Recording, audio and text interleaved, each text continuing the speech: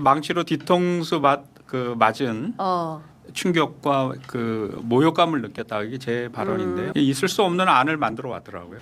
추진단에서 안을 꽁꽁 감춰놓고 있다가 회식 일정이 먼저 잡히고 갑자기 1시간 반 전에 법안 설명을 하겠다 이렇게 공지를 하고 바로 또 그다음 월요일 날 입법 예고를 하겠다. 그래서 저희들도 깜짝 놀랐죠. 그런데 이제 저희가 법안 내용을 받아보니까 저희 자문위가 논의한 상하고는 전혀 관련 없는 그런 법안이 만들어져서 와가지고 뭐 저뿐만이 아니고 모든 자문위원들이 깜짝 놀랐어요. 사실 16명이 다 깜짝 놀랐습니다. 점진적 검찰개혁론자들마저도 깜짝 놀라게 한 안이 나온 거다. 대통령실의 봉욱수석 이런 사람들이 원래 가지고 있던 보관이 무엇이었는가를 좀 이해를 할 수 있겠더라고요. 국민들은 또 대통령이나 총리도 수사와 기소를 분리하라 이렇게 요구를 했지 않습니까? 사실상 중수청을 검사들이 접수를 하자. 그래서 검사들이 올 수 있는 유인책으로는 그 수사사법관이라는 검사에 준하는 어떤 특권 계급을 거기에다가 신설을 하고 이들을 통해서 중수청을 장악을 하고 구대범죄로 늘려놔. 그리고 중수청에 수사의 우선권을 줬어요. 이 중수청을 통해서 이제 실질적으로 수사를 다 담당하는 경찰 국수본을 이류 수사기관으로 격화를 시키고 밀어내고 전면에 중수청이 등장을 하면서 중수청을 사실상 검사나 검사 출신들이 장악하는 이런 구조를 만들어 놓은 거죠.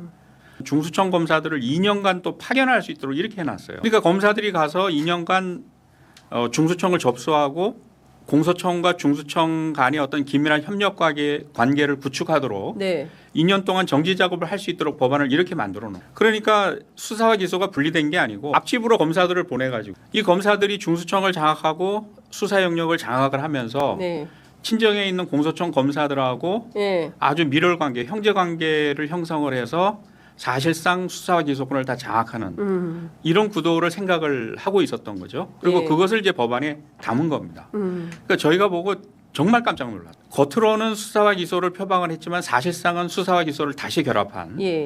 거기다가 현재 지금 검찰은 부패 경제범죄만 할 수 있는데 오히려 수사 영역을 대폭 늘려놨어요. 거기다 수사의 우선권을 주고 거기다가 현재 중수청이 중대범죄 수사를 개시하면 공소청에 통보를 하도록 그렇게 중수청 수사관이 수사를 할 때에 뭔가 부당하게 수사를 하고 있는 것 같다. 이렇게 되면 검사가 개입을 해서 수사관 교체 요구를 할 수 있도록 또 사건이 공소청에 송치가 되면 관련 사건 입건 요청을 공소청 검사가 할 수 있도록 되어 있습니다. 그러니까 왜 이 사건만 수사를 했냐. 이 사건도 있는데 이거 입건해서 수사하라. 라는 명령권 같은 거. 사실상 명령권을 주고 있는 거죠. 그렇게 보면 중수청을 공소청이 컨트롤하는 이런 구조를 만들어 놓은 거예요. 짧은 시간이지만 그 내용을 보고 정말 기함을 했습니다. 어떻게 이런 법안을 만들어 올 수 있느냐. 이거는 수사기소 분리를 요구했던 국민들을 기망하는 속이는 법안이다. 총리가 바쁘지만 이건 정말 중차대한 과제, 엄중한 과제죠. 과제고. 이 정부의 1차 과제 아닙니까? 맞습니다. 개혁 과제.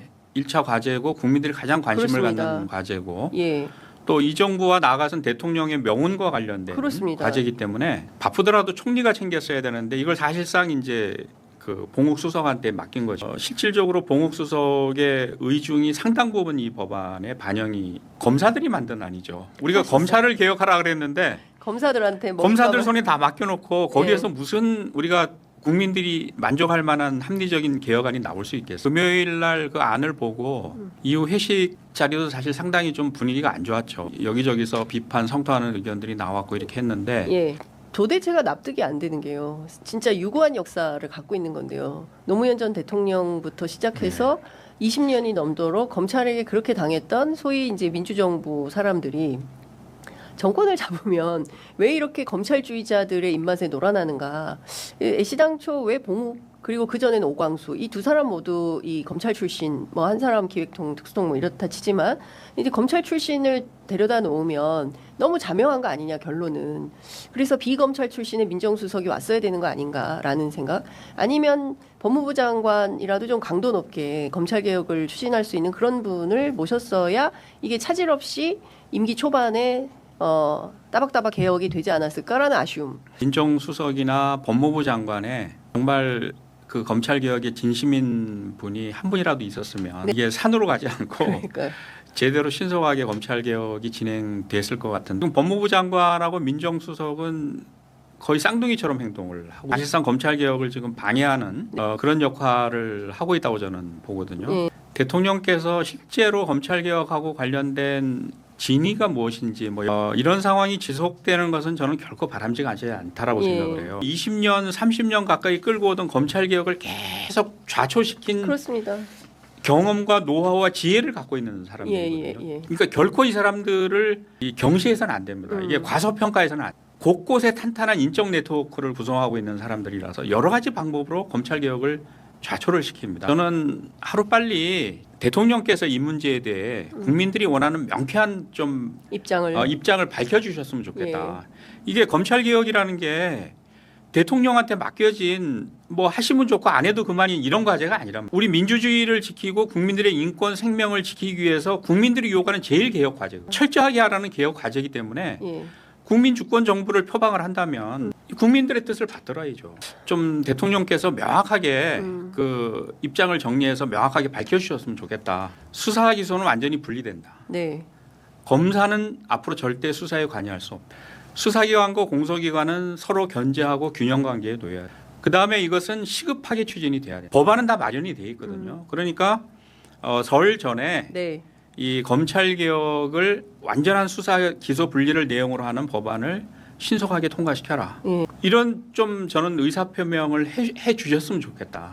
그래야만 이것을 일단 과제를 정리하고 다음 과제로 나갈 수 있는 건 아닙니까? 그렇습니다. 다른 과제들이 얼마나 많은데요. 최악의 경우라면 계속 대통령이 애매한 모호한 입장에 머물러 있으면서 공욱이나 또는 법무부 장관에 대한 국민들의 비판이 지금 점점 세지고 있는 것 아닙니까? 그리고 이제 댓글을 보시면 알겠지만 대통령과 봉욱 수석을 넘어서 이제는 대통령에 대한 직접적인 공격을 언급하는 댓글들도 지금 심심찮게 나오고 있고 그다음에 굉장히 냉소적인 댓글도 많이 나옵니다. 나는 대통령에 대한 맹목적인 지지를 처리하겠다. 정부에 대한 맹목적인 지지를 처리하겠다. 4년 후에 이 정부가 나중에 검찰에 의해서 어떻게 박살이 나도 나는 이제 신경 끄겠다. 이런 댓글들도 많이 나오거든요. 지금 대통령과 현 당에 대해서 집권 세력에 대해서 큰 기대를 갖고 있다가 이게 이제 초장부터 어긋나기 시작하니까 많은 분들이 지금 냉소적으로 돌아서기 시작했고 실망감을 표출을 하고 있거든요. 근데 이제 이게 이런 상태로 계속 가다 보면 분노로 바뀝니다. 저는 분노로 바뀐다고 생각을 해요.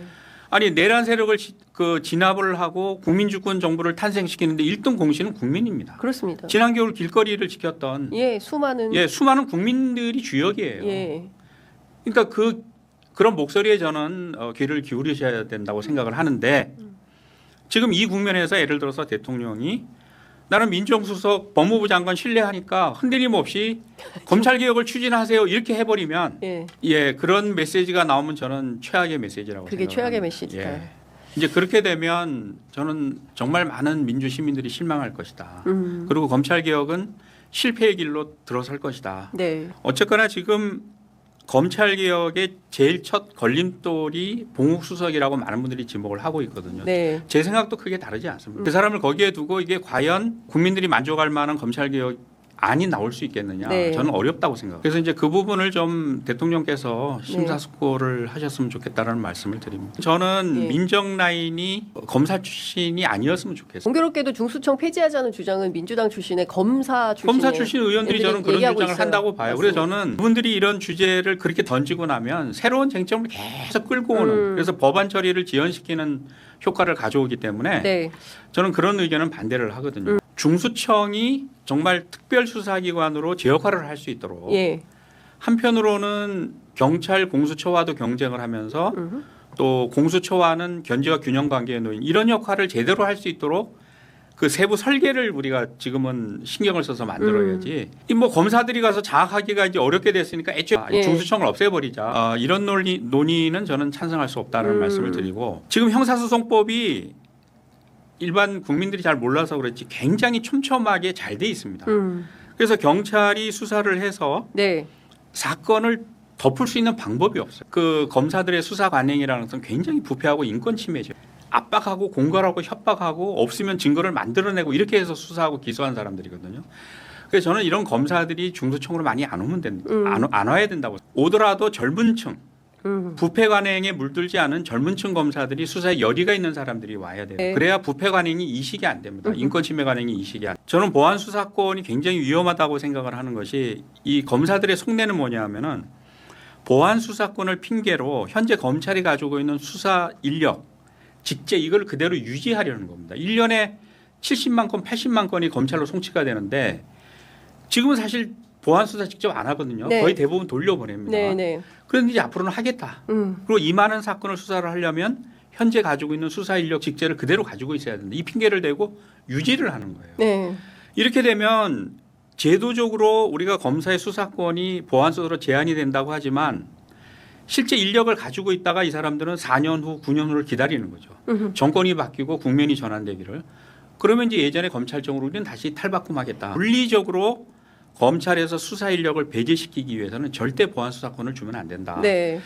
그 내란죄를 범한 윤석열이 저지른 어떤 죄질에 비해서는 좀 관대한 건 틀림이 없는 것 같아요. 백대현 부장판사가 내린 판결의 중요한 의미는 공수처가 내란죄에 대해서 수사할 수 있는 법적 권한이 있다. 이걸 확인을 해줬고 네. 실제 다른 재판에서 윤석열에 대한 어떤 그 내란죄를 심판하는데 걸림돌이 된 어떤 법리들을 다 정리를 해줬기 때문에 그 점에 있어서 저는 그 의미가 있는 판결이다.